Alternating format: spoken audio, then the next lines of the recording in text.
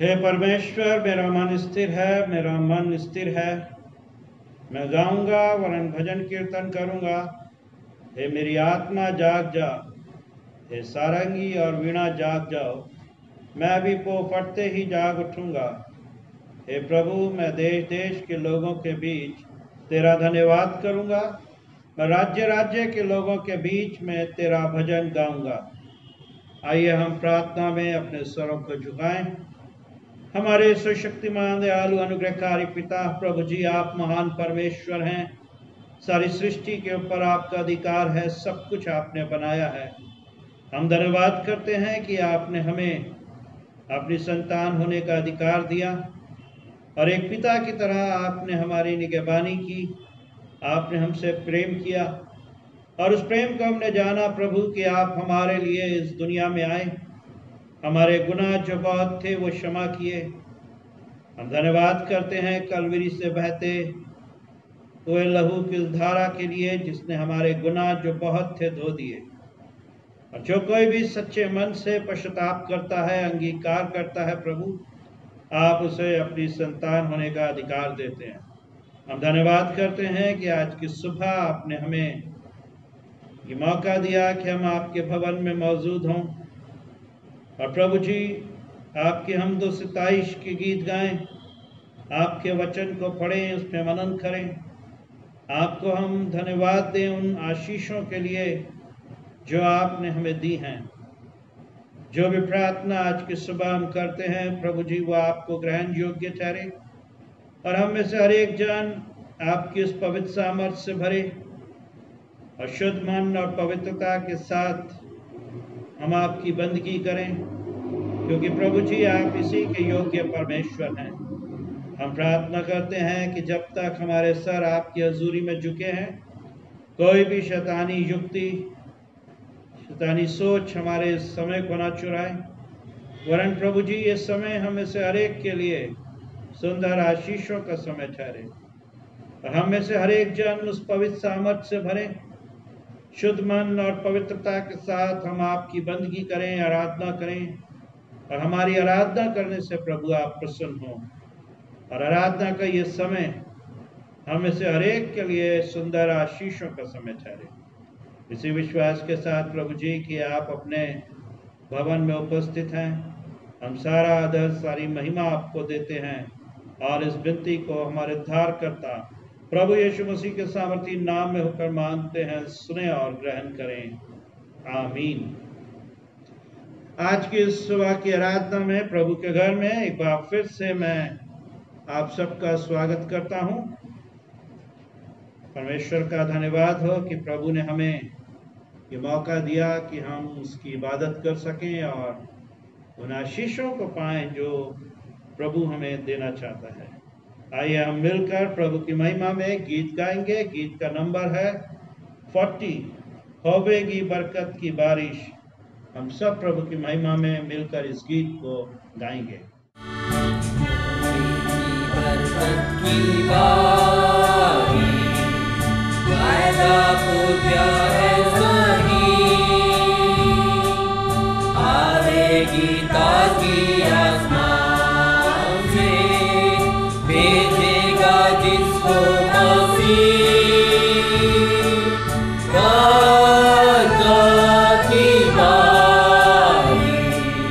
बरकत की बारिश रहम की बूंदें टपकती, बारिश हमको जरूर होगी। बरकत की बारिश होगी नहीं तो जरूर,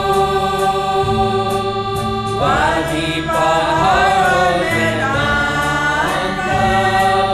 बारिशें होगी भरपूर। बरकत की बारिश, बरकत की बारिश भरपूर, रहम की बूंदें टपकती, बारिश हमको जरूर होगी।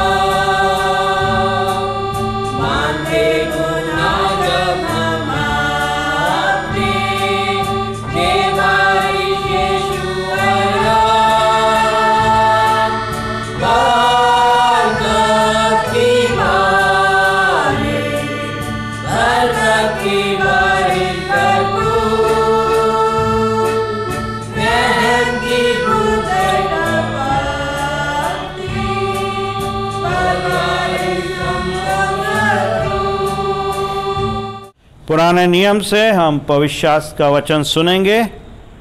उत्पत्ति की किताब उसका 45वां अध्याय पहले पद से 8 पद तक। Book of genesis chapter 45 versus beginning from 1 to 8। आज का वचन उत्पत्ति की किताब 45 अध्याय 1 आयत से 8 आयत तक।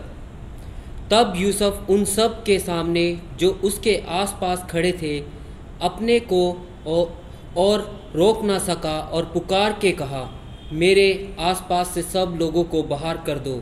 भाइयों के सामने अपने को प्रकट करने के समय यूसुफ के संग और कोई ना रहा। तब वह चिल्ला चिल्ला कर रोने लगा और मिस्रियों ने सुना और फिरौन के घर के लोगों को भी इसका समाचार मिला। तब यूसुफ ने अपने भाइयों से कहने लगा, मैं यूसुफ हूँ, क्या मेरा पिता अब तक जीवित है? इसका उत्तर उसके भाई ना दे सके, क्योंकि वे उसके सामने घबरा गए थे। फिर यूसुफ ने अपने भाइयों से कहा, मेरे निकट आओ। यह सुनकर वे निकट गए। फिर उसने कहा, मैं तुम्हारा भाई यूसुफ हूँ, जिसको तुमने मिस्र आने वालों के हाथ बेच डाला था। अब तुम लोग मत पछताओ और तुमने जो मुझे यहाँ बेच डाला इससे उदास मत हो, क्योंकि परमेश्वर ने तुम्हारे प्राणों को बचाने के लिए मुझे तुम्हारे आगे भेज दिया है। क्योंकि अब 2 वर्ष से इस देश में अकाल है और अब 5 वर्ष और ऐसे ही होंगे कि उनमें ना तो हल चलेगा और ना अन्न काटा जाएगा। इसलिए परमेश्वर ने मुझे तुम्हारे आगे इसीलिए भेजा कि तुम पृथ्वी पर जीवित रहो और तुम्हारे प्राणों को के बचाने से तुम्हारा वंश बढ़े। इस रीति अब मुझको यहाँ पर भेजने वाले तुम नहीं, परमेश्वर ही ठहरा, और उसी ने मुझे फिरौन का पिता सा और उसके सारे घर का स्वामी और सारे मिस्र देश का प्रभु ठहरा दिया है। परमेश्वर अपने वचनों के पढ़े और सुने जाने से हम सबको आशीष दे, आमीन। सुसमाचार के पाठ के लिए मेरे साथ निकाल लीजिए मुकद्दस मत्ती की इंजील उसका 18वां अध्याय पद 21 से पद 35 तक। Gospel reading according to saint Matthew chapter 18 verses beginning from 21 to 35। यहाँ प्रभु यीशु ख्रीस्त के सुसमाचार को इस तरह से लिखा गया है। तब पतरस ने पास आकर उससे कहा, हे प्रभु, यदि मेरा भाई अपराध करता रहे तो मैं कितनी बार उसे क्षमा करूं? क्या 7 बार तक? यीशु ने उससे कहा, मैं तुझसे यह नहीं कहता कि 7 बार तक, वरन 7 बार के 70 गुना तक। इसलिए स्वर्ग का राज्य उस राजा के समान है जिसने अपने दासों से लेखा लेना चाहा। जब वो लेखा लेने लगा तो एक जन उसके सामने लाया गया जो 10,000 तोड़े का कर्जदार था, जबकि चुकाने को उसके पास कुछ न था। तो उसके स्वामी ने कहा, ये और इसकी पत्नी और बाल बच्चे और जो कुछ इसका है सब बेचा जाए और कर्ज चुका दिया जाए। इस पर उस दास ने गिरकर उसे प्रणाम किया और कहा, हे स्वामी, धीरज धर, मैं सब कुछ भर दूंगा। तब उस दास के स्वामी ने तरस खाकर उसे छोड़ दिया और उसका कर्ज भी क्षमा कर दिया। परंतु जब वह दास बाहर निकला तो उसके संगी दासों में से एक उसको मिला जो उसके 100 दिनार का कर्जदार था। उसने उसे पकड़कर उसका गला घोंटा और कहा, जो कुछ तुझ पर कर्ज है भर दे। इस पर उसका संगी दास गिर कर उससे विनती करने लगा, धीरज धर, मैं सब भर दूंगा। उसने ना माना, परंतु जाकर उसे बंदी गृह में डाल दिया कि जब तक कर्ज भर ना दे तब तक वहीं रहे। उसके संगी दास ये जो हुआ था देखकर बहुत उदास हुए और जाकर अपने स्वामी को पूरा हाल बता दिया। तब उसके स्वामी ने उसको बुलाकर उससे कहा, हे दुष्ट दास, तूने जो मुझसे विनती की तो मैंने तेरा वो पूरा कर्ज क्षमा कर दिया। इसलिए जैसे मैंने तुझ पर दया की वैसे ही क्या तुझे भी अपने संगी दास पर दया करना नहीं चाहिए था? और उसके स्वामी ने क्रोध में आकर उसे दंड देने वालों के हाथ में सौंप दिया कि जब तक वो सब कर्ज भर ना दे तब तक उनके हाथ में रहे। इसी प्रकार यदि तुम में से हर एक अपने भाई को मन से क्षमा ना करेगा तो मेरा पिता जो स्वर्ग में है तुमसे भी वैसा ही करेगा। ये प्रभु यीशु क्रिस्त का सुसमाचार है। प्रभु यीशु क्रिस्त की स्तुति हो, आमीन। प्यारे अजीज़ों, हमारी कलीसिया में कुछ लोग बीमार हैं। आप अपनी व्यक्तिगत प्रार्थना में उन्हें याद रखें। हम खास तौर से प्रार्थना करें मिसेस बिमला जॉन के लिए, हम प्रार्थना करें मिसेस श्रीसा के लिए। अपनी व्यक्तिगत प्रार्थना में आप याद करें मिस्टर चिस्टी को, mister Morris Daniel, mister Davis, और आप प्रार्थना करें मिस्टर सतीश कुमार के लिए कि प्रभु उनको हील करे। और वो बेड रेस्ट पे हैं, लेकिन उनका ऑपरेशन सक्सेस हुआ है, लेकिन अभी भी प्रभु की दया की हमें ज़रूरत है। ख़ास तौर से आप प्रार्थना करें मिस्टर प्रेम गिल की पत्नी के लिए और उनके बेटे अमरीश गिल के लिए, जो कि अभी ठीक है लेकिन हॉस्पिटलाइज है उनकी पत्नी, और अभी भी हमें परमेश्वर की दया की ज़रूरत है। इसके साथ साथ आप लोग प्रार्थना करिए अपनी कलीसिया के लोगों के लिए, और जिन्हें हम जानते हैं या नहीं जानते, लेकिन जो अगर अस्वस्थ हैं, प्रभु की दया हम सब के ऊपर बनी रहे। हम प्रभु का धन्यवाद करते हैं कि आने वाले दिनों से बहुत जल्द हम चर्च की आराधना, रेगुलर वर्शिप जो है संडे की, वो शुरू करने जा रहे हैं। और इससे रिलेटेड जो भी इंफॉर्मेशन होगी आने वाले दिनों में, आपको जो चर्च का हमारा व्हाट्सएप नंबर है रिगार्डिंग चर्च से रिगार्डिंग जो भी रीओपनिंग के रिगार्डिंग जो भी न्यूज़ होगी, जो भी स्टेटस होगा, मैं आपको व्हाट्सएप के थ्रू उससे अवगत कराऊंगा। प्रार्थना करिए कि हम चर्च को खोलकर रेगुलर वर्शिप कर सकें और प्रभु की महिमा कर सकें और प्रभु का धन्यवाद कर सकें कि उसने हम सब पर अब तक अपने अनुग्रह की दृष्टि को बना के रखा है। आइए हम प्रार्थना में अपने सरों को झुकाएं। हमारे सुशक्तिमान दयालु पिता, हम धन्यवाद करते हैं कि आप महान परमेश्वर हैं।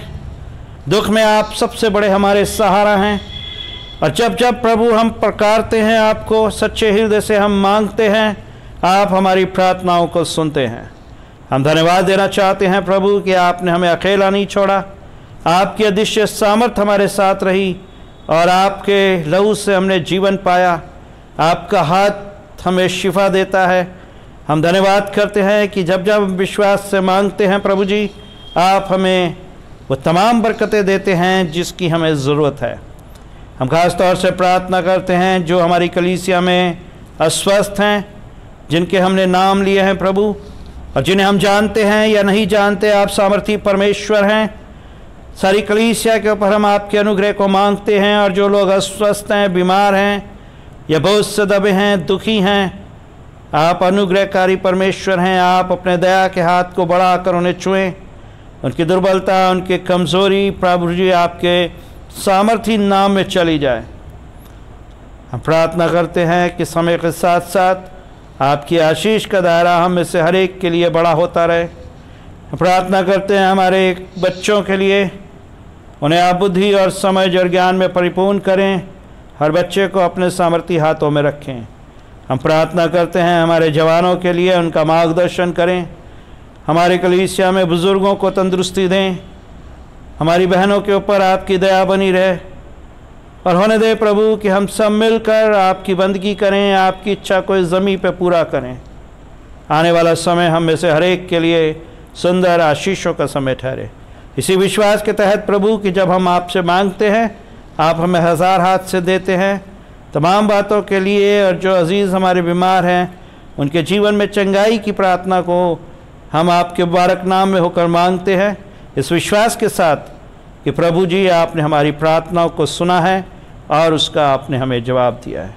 हम सारा आदर, सारी महिमा आपको देते हैं, और इस विनती को हमारे उद्धारकर्ता प्रभु यीशु मसीह के सामर्थी नाम में होकर मांगते हैं। सुने और ग्रहण करें, आमीन।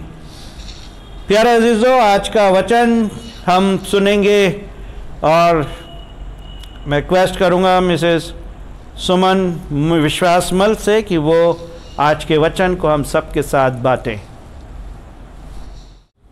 आप सबको प्रभु यीशु मसीह के नाम में जय मसीह की। आइए हम छोटी सी प्रार्थना करें। हालेलुया यीशु, हालेलुया पवित्र आत्मा, हालेलुया सर्वशक्तिमान महान पवित्र पिता परमेश्वर प्रभु यीशु जी, एक और बार तेरे चरणों में आए हैं खुदावंद खुदा कि पिता परमेश्वर तू हमसे बात कर सके। खुदावंद खुदा, उद्धार करता प्यारे यीशु, मैं धन्यवाद करती हूँ सुंदर समय के लिए प्रभु। इस समय में पिता परमेश्वर हमें तेरी ज़रूरत है यीशु मसीह जी, हमें तेरी ज़रूरत है पवित्र आत्मा जी। हाँ पिता परमेश्वर, तेरे बिन हम कुछ भी नहीं है यीशु। ओ पिता परमेश्वर, अपने वायदे के मुताबिक खुदावंद खुदा, आज एक और बार पिता परमेश्वर तू पिता परमेश्वर हम सबके मन को छू ले खुदावंद खुदा। पिता परमेश्वर जी, हमारा बोलना सुनना सुनाना प्रभु, और फिर उसके बाद फलों को लाना खुदावंद खुदा, सब कुछ तेरी मर्जी में होने पाए पिता परमेश्वर। पूरी रीति से पूरे समय में पिता परमेश्वर अपने आप को और हर सुनने वाले को तेरे सुरक्षित हाथों में सौंपते हुए पवित्र यीशु मसीह के नाम से मांग लेती हूँ, आमीन। हालेलुया। प्रभु यीशु मसीह की स्तुति हो। हम धन्यवाद करते हैं कि हम एक ऐसे परमेश्वर को जानते हैं जो हमसे बहुत प्यार करता है, जिसके पास प्यार का खजाना है, जो प्यार से भरा हुआ है, एकदम लबालब परमेश्वर, ऐसा परमेश्वर जिसने हमारे प्रेम की खातिर अपने पास कुछ भी नहीं रख छोड़ा। आज वही परमेश्वर हमसे बात करता है इस वचन के ज़रिए से, जिसको हमने अभी थोड़ी देर पहले सुना भी है, जिस पे जिक्र है एक निर्दयी सेवक का। निर्दयी सेवक जिसके अंदर दया नहीं थी, जिसका हम इसमें टॉपिक पढ़ेंगे कि वो निर्दयी है। वो क्यों निर्दयी है और परमेश्वर इस वचन से हमसे क्या बात करना चाहता है, आज हम ये देखेंगे।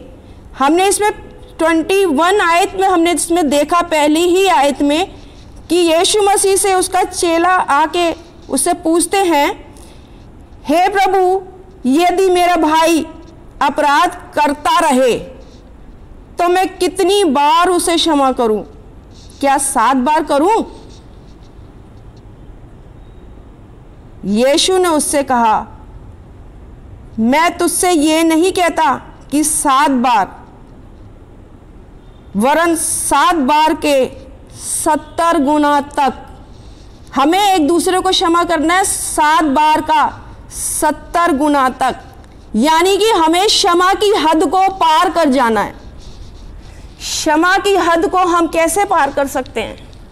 क्षमा हम कैसे दे सकते हैं एक दूसरे को? जो चीज़ हमारे पास है ही नहीं वो हम एक दूसरे को कैसे दे सकते हैं?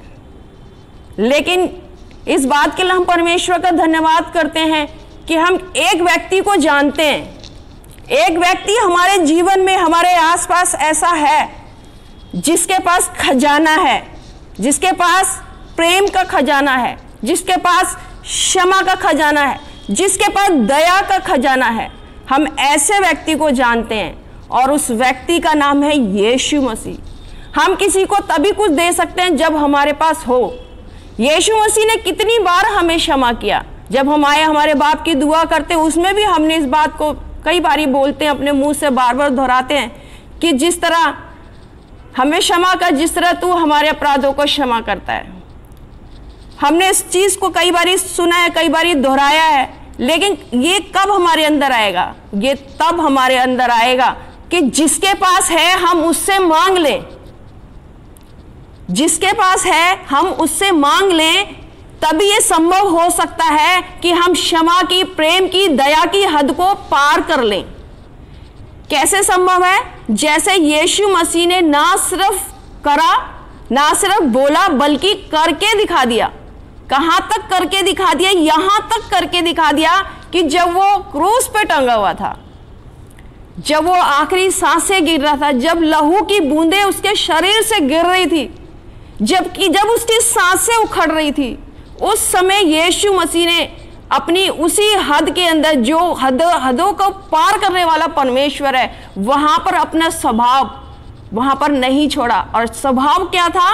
क्षमा करने का स्वभाव, दया करने का स्वभाव। और तभी उसने उन लोगों को, जिसने उसके साथ इतना बेरुखी करी थी, जो थोड़े दिन पहले जो लोग उसके पीछे पीछे थे, वही लोगों को जिन्होंने उसको क्रूस पे चढ़ा दिया गया था, उन्हीं लोगों को उसने क्षमा के लिए अपने पिता से बोला कि हे पिता, तू उन्हें क्षमा कर, क्योंकि वो क्षमा का खजाना है। आज जब हमारे जिंदगियों में क्षमा का अभाव है, क्षमा का अभाव क्यों है? वो इसलिए है क्योंकि हम क्षमा चाहते तो हैं, हम चाहते हैं, हम यीशु मसीह से मांगते हैं, बार बार जाके गिड़गिड़ाते हैं। जब भी कोई ऐसा काम करते हैं, जब भी कोई ऐसी महसूस होता, हम जाके बोलते हैं यीशु मसीह जी हमें क्षमा कर दो। और यीशु मसीह इतना दयालु, इतना पवित्र है कि वो हमें क्षमा करता है। लेकिन कई बार हम ये देखते हैं कि हमारे बार बार प्रार्थना करने के बाद भी, बड़े बड़े काम करने के बाद भी, प्रचार करने के बाद भी हम लोग बीमार होते हैं, हम लोगों के जीवनों में परेशानियां आती हैं, हम लोगों के जीवनों में आजमाइशें आती हैं। क्यों होता है ये? क्यों होता है ये इसलिए होता है कि हमने तो क्षमा मांग ली, लेकिन हमने दूसरे को क्षमा नहीं किया। हमने दूसरे को क्षमा क्यों नहीं किया? क्योंकि हमें नजर ही नहीं आया कि हमने उसको क्षमा किया ही नहीं, क्योंकि हम अपनी नजर में बहुत अच्छे होते हैं। हमें लगता है कि हम कुछ गलत कर ही नहीं सकते, या हमने कुछ गलत किया ही नहीं है, हमने कुछ गलत किया ही नहीं है। और इसके लिए हमें किस चीज की जरूरत होती है? इसके लिए हमें जरूरत होती है यीशु मसीह की नजदीकी की, प्रार्थना में जाने की। क्यों नहीं हमारी बीमारियां जाती? क्यों हमारे पर बार बार आजमाइशें आती हैं? बार बार हम मुसीबतों में, परेशानियों में क्यों पड़ जाते हैं? हम अकेले में जाएं और अपने परमेश्वर से बातें करें, उससे मांगे।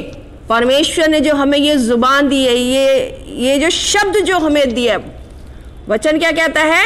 आदि में वचन था, वचन परमेश्वर के साथ था, और वचन ही परमेश्वर था। और यही वचन, यही शब्द हम उसके लिए खोलते नहीं है।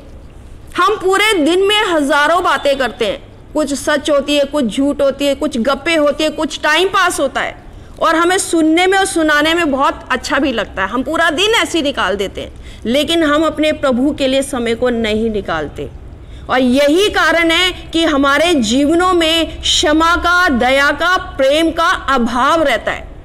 हमारे अंदर कमियां हो जाती हैं, और जब हम अपनी कमियों को देखते नहीं, जब हम परमेश्वर को अपना समय नहीं देते, परमेश्वर से बोलते नहीं, परमेश्वर से पूछते नहीं है, हम अपने आप को परफेक्ट समझते हैं। और इसी चक्कर में हम क्या हो जाते हैं, जब हम किसी को क्षमा नहीं करते, यदि कोई हमारे पास आता है, हमसे क्षमा मांगता है, यदि कोई हमारा दिल दुखाता है, हम बोल तो देते हैं ऊपर से कि ठीक है कोई बात नहीं, जा ठीक है देखा जाएगा, और हम लोगों को बताते हैं कि मैंने तो उसे क्षमा कर दिया। लेकिन वही व्यक्ति अगर दोबारा से कोई ऐसा काम कर दे, तो हमें पुराने अपराध भी याद आ जाते हैं कि उसने उस दिन भी मेरे साथ वो सब किया था, और हम डबल उससे बदला लेने को तैयार हो जाते हैं। सोचिए कि अगर यीशु मसीह भी ऐसा करने लग जाए कि बेटा तूने उस दिन मुझसे क्षमा मांग ली थी, लेकिन तूने उस दिन ये अपराध किया था, अब मैं तुझे अपनी क्षमा नहीं देता, तब सोचिए कि परमेश्वर के नजर में हम कितना गिर जाएंगे।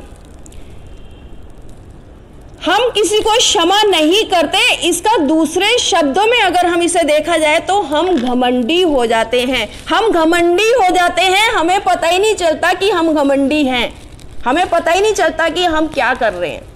और जब हम अपने परमेश्वर से मांगते हैं, जाके अकेले में रो के उससे पूछते हैं कि परमेश्वर बता प्रभु जी मुझसे क्या गलती हुई, मैंने क्या अपराध किया, मेरे जीवन में ये परेशानियां क्यों आ रही हैं।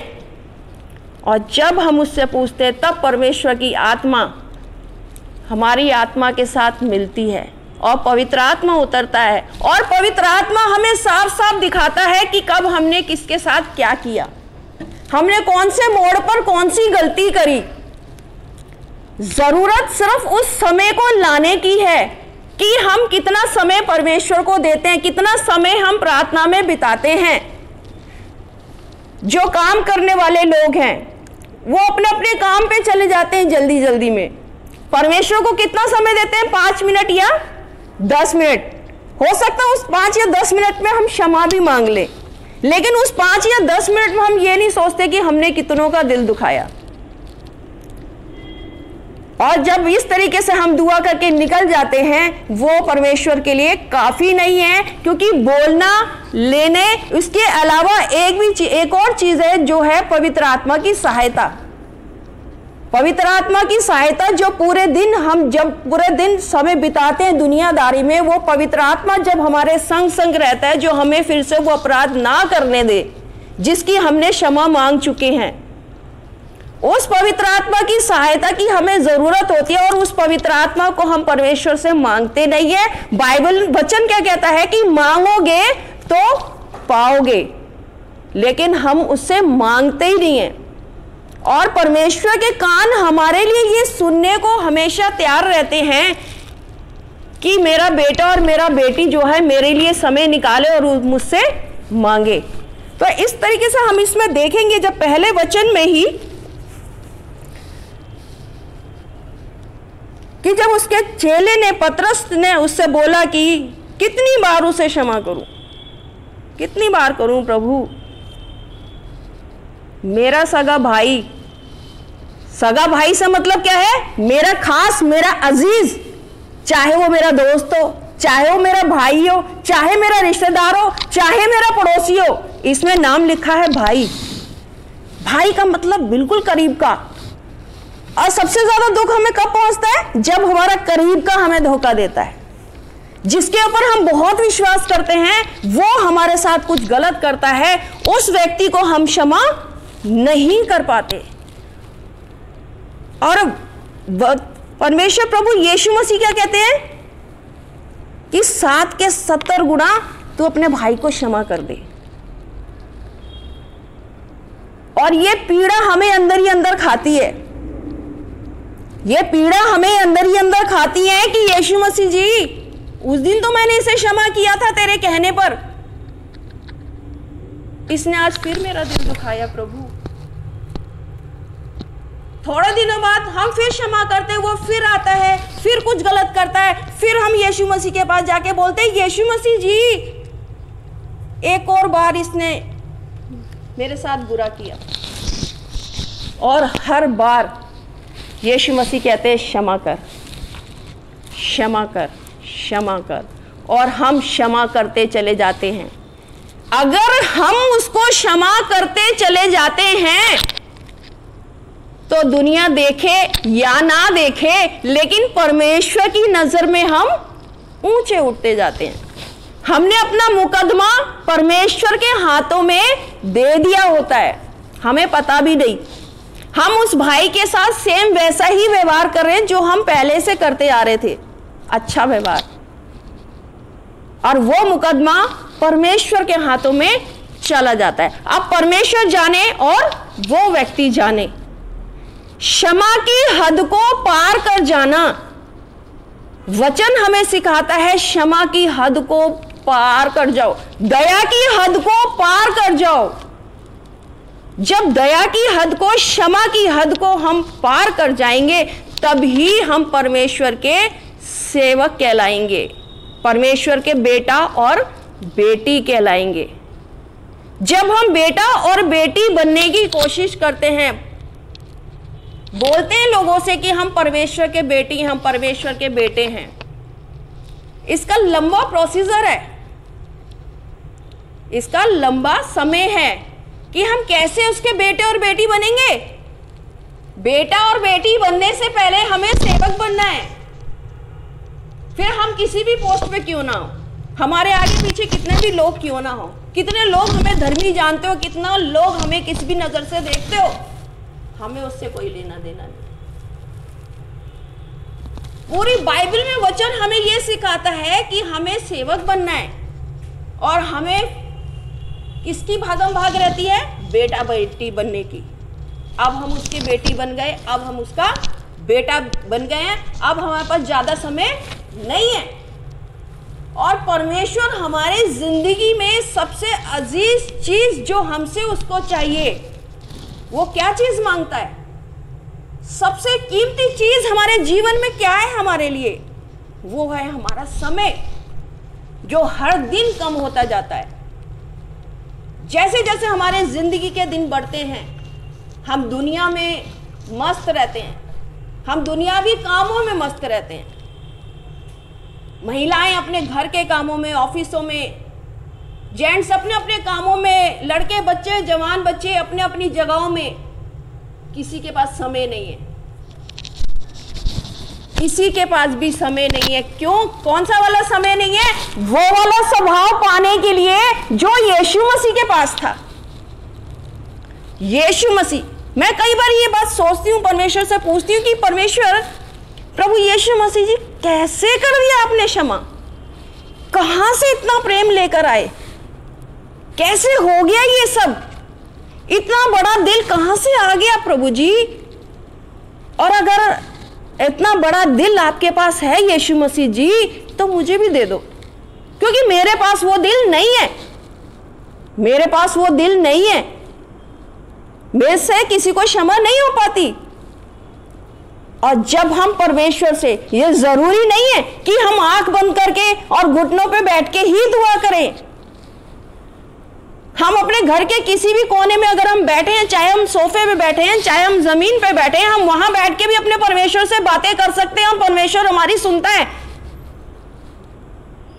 क्योंकि जब वो चाहत देखता है, जब वो चाहत देखता है हमारे अंदर, जब हम अपने होठों को धीरे धीरे हिला रहे होते हैं, उससे बातें कर रहे होते हैं, हमारी गलती ये होती है, हम मनों से बातें करने की कोशिश करते हैं, और मन के अंदर बहुत सारी बातें आती हैं, और वो बातें क्या करती हैं? वो बातें मिक्स हो जाती हैं, वो सारी बातें मिक्स हो जाती हैं। जब वो बातें मिक्स हो जाती है तो हमें खुद नहीं पता कि हमें चाहिए क्या, हम परमेश्वर से क्या मांग रहे हैं। इसलिए परमेश्वर चाहता है कि हम अपने होठों को, अपने जुबान को खोल के परमेश्वर से मांगे, अपने शब्दों से परमेश्वर से मांगे। और जब हम परमेश्वर से मांगते हैं तो परमेश्वर अपना वाला स्वभाव, अपना वाला क्षमा करने वाला स्वभाव, वो वाला स्वभाव जब वो क्रूस पर टंगा हुआ था, जब उसकी देह दुख रही थी, जब उसके शरीर से खून बह रहा था, जब उसको कोई आसरा नहीं था, तब उसने क्षमा किया था। हम जब हंसते हैं, खुश होते हैं, अच्छे जीवन जीते हैं, हम तब तो क्षमा कर देते हैं। लेकिन अगर हमारे पर कोई परेशानी आती है तो हमें अपनी खुद की पड़ जाती है। हम किसी को क्या क्षमा करें, हम तो खुद ही परेशानी में हैं, और हम परमेश्वर से मांगना छोड़ देते हैं, हम धीरज खो देते हैं। लेकिन परमेश्वर चाहता है कि हम उससे मांगे, हम अपने जुबान को खोल के उससे मांगे, उसके लिए अपने समय को निकालें, चाहे हम अपनी ड्यूटी से कितने भी थके मांदे क्यों ना आए, चाहे हमारे पास पूरे दिन में समय क्यों ना होए, लेकिन फिर भी हमें अपने परमेश्वर के लिए समय को निकालना है, वो समय परमेश्वर को देना है।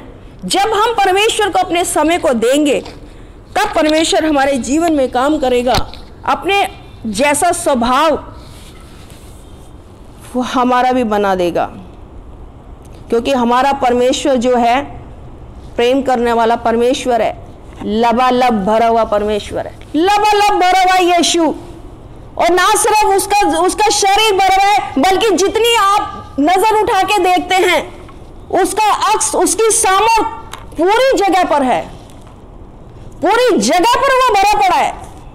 जैसे खुशबू बिखरी होती है, ऐसे परमेश्वर बिखरा पड़ा है। जरूरत है सिर्फ हमारे आवाज लगाने की, हमें पुकारने की कि यीशु मसीह हमें क्षमा कर। हमें दो चीजें परमेश्वर से मांगनी है,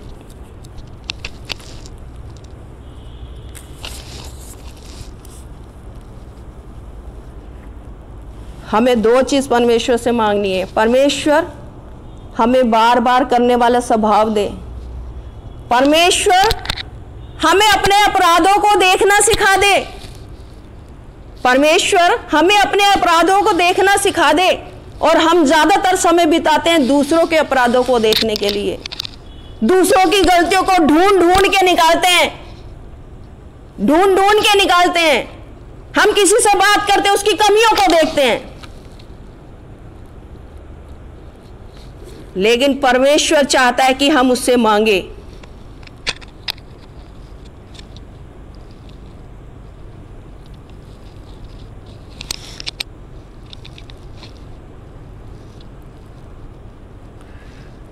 मनुष्य जितना भी क्षमा करता जाता है, अपना स्वभाव बनाता जाता है क्षमा करने का, बर्दाश्त करने का। जब वो क्षमा करता है तो उसके अंदर एक स्वभाव अपने आप आता जाता है, वो है बर्दाश्त करने का। और जब बर्दाश्त करता चला जाता है तो वो निखरता चला जाता है, वो परमेश्वर का बेटा और बेटी बनता चला जाता है। हम सिर्फ बोलने से नहीं बल्कि अपने व्यवहार के अंदर परमेश्वर का स्वभाव लाएं। हम अपने व्यवहार के अंदर परमेश्वर का स्वभाव लाएं। हम घमंडी होके ना रहें। जब हम किसी को क्षमा नहीं करते तो हम घमंडी ना सिर्फ होते हैं बल्कि दिखाई भी देते हैं। हमें खुद को नजर नहीं आएगा कि हम घमंडी हैं, लेकिन दूसरों को नजर आ जाता है कि ये व्यक्ति जो है घमंडी है। हमें लगता है कि हम बहुत अच्छे, हम बहुत परफेक्ट चल रहे हैं। और जब हम घमंडी होते हैं, इसमें हम देखेंगे मत्ती के 18 की 31 में 31 में, उसके संगी दास ये जो हुआ था देखकर बहुत उदास हुआ, क्योंकि उसको उसके मालिक ने तो क्षमा कर दिया था, लेकिन जब वो अपने घर गया उसने अपने अपराधी को क्षमा नहीं किया था। और जब उसके संगी दास ने उसको देखा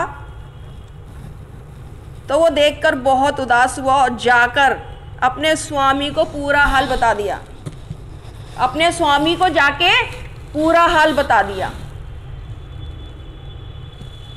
जैसे उसने स्वामी को पूरा हाल बता दिया, जब कोई हमें क्षमा ना करता हुआ देखता है तो अपने आत्मा में परमेश्वर की तरफ देखता है, बोलता है परमेश्वर,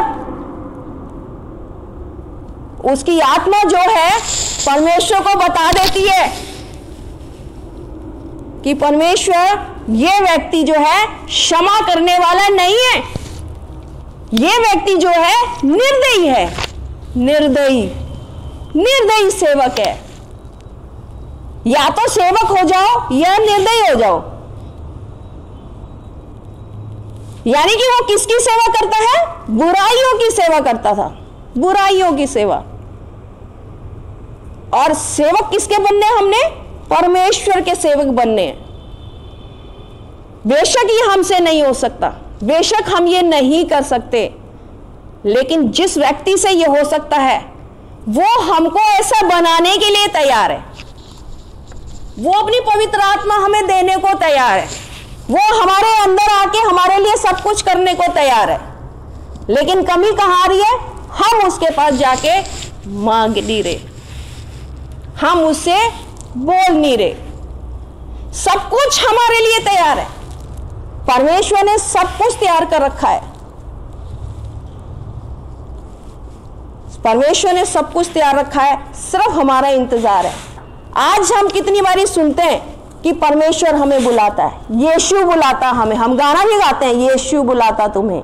सचमुच में यीशु हमें बुलाता है, हर मोड़ पे यीशु हमें बुलाता है, हर जगह पे यीशु हमें बुलाता है। जब हम अटकते हैं, जब हम रोते हैं, जब हम परेशान होते हैं, यीशु हमें बुलाता है। यीशु आंखें बिछाए हमारा इंतजार करता होता है, जगह जगह भटक रहा है, लोगों के पास जा रहा है, सबको बता रहा है मेरे पास क्यों नहीं आ रहा, मेरे पास क्यों नहीं आ रहा, मेरे पास आजा बेटा, किसी को तेरा इंतजार नहीं है, सब तुझसे बच रहे हैं। लेकिन किसको इंतजार है? यीशु को इंतजार है। इतनी सारा उसने हमारे लिए सुविधा करी हुई है, वो लगातार हमारे लिए बैठा है। वो महान परमेश्वर वो सर्वशक्तिमान परमेश्वर जिसने अपने प्यार की खातिर किसी भी चीज की परवाह नहीं करी, कुछ भी अपने लिए नहीं छोड़ा, सब कुछ दे दिया। स्वर्ग का राजा जमीन पर आ गया, किस तरीके से उसने जीवन को जिया ये सब हम लोग जानते हैं, कुछ भी नहीं रखा छोड़ा। आज वो राजा, वो परमेश्वर जिसने करके दिखा दिया, ना सिर्फ बोलता रहा बल्कि करके दिखा दिया, आज वो राजा, वो परमेश्वर हमारे लिए बैठा है। जब हमारे जिंदगी में हमारे बेटा या हमारी बेटी के साथ कोई बुरा व्यवहार करता है, हमारे बच्चे के साथ कोई बुरा व्यवहार करता है, तो हमें कितना बुरा लगता है। हम कितना जल्दी लड़ने को तैयार हो जाते हैं, उसका बुरा भला कहने लग जाते हैं, या सोचने लग जाते हैं कि हम उसका इंतजाम उसके साथ करें कि आज के बाद उसकी कभी हिम्मत ना हो हमारे बच्चे को कुछ कहने की। वही परमेश्वर जिसने अपने इकलौते पुत्र को जमीन पर भेज दिया, हमारे लिए मरने के लिए भेज दिया, वो पुत्र जो तड़प के गत्समनी बाग में जो उसको आवाजें लगा रहा था कि हे मेरे परमेश्वर, हे मेरे परमेश्वर, तूने मुझे क्यों छोड़ दिया। वो परमेश्वर, वो यीशु जो तड़प रहा था, तड़पते तड़पते ही जो क्षमा दे रहा था, प्रेम कर रहा था। परमेश्वर ने अपने आप को, अपने पुत्र को हमारे लिए दे दिया। आज सोचिए, वही परमेश्वर, वही यीशु हमारा लगातार इंतजार कर रहा है। उस परमेश्वर की गुस्से की सीमा सोचिए, उस परमेश्वर की गुस्से की सीमा सोचिए कि इतनी फैसिलिटीज देने के बाद भी, ऑप्शन देने के बाद भी पवित्र आत्मा सामने है, सहायता करने को तैयार है, गले लगाने को तैयार है, लेकिन हम उसके पास नहीं जा रहे, हम उससे वो स्वभाव नहीं मांग रहे, हमें किसी को क्षमा करने का कोई मतलब नहीं, हमारी जिंदगियां जैसी चल रही हम वैसे चलते चले जा रहे हैं, मरे हुओं के समान। तो सोचिए, जब उसका सब्र का बांध खत्म होगा तब वो हमारे साथ क्या करेगा, तब वो हमारे साथ क्या करेगा। और यहां पर हम देखेंगे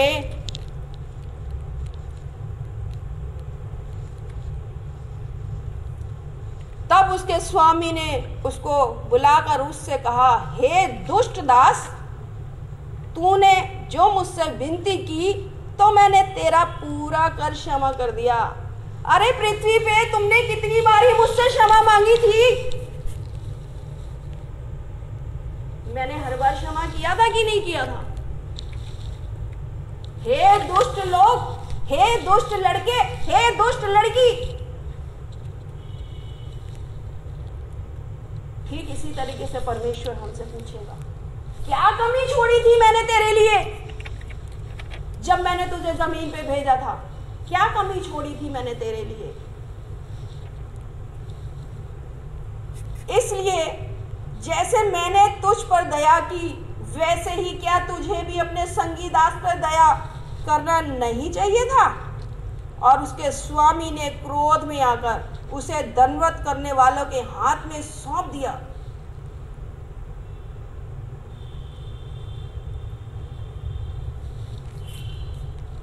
और उसके स्वामी ने क्रोध में आकर उसे दंड देने वालों के हाथ में सौंप दिया कि जब तक वह सब कर्ज ना भर दे तब तक उनके हाथ में रहे। यदि इसी प्रकार यदि तुम में से हर एक अपने भाई को मन से क्षमा ना करेगा तो मेरा पिता जो स्वर्ग में है तुमसे भी वैसा ही करेगा।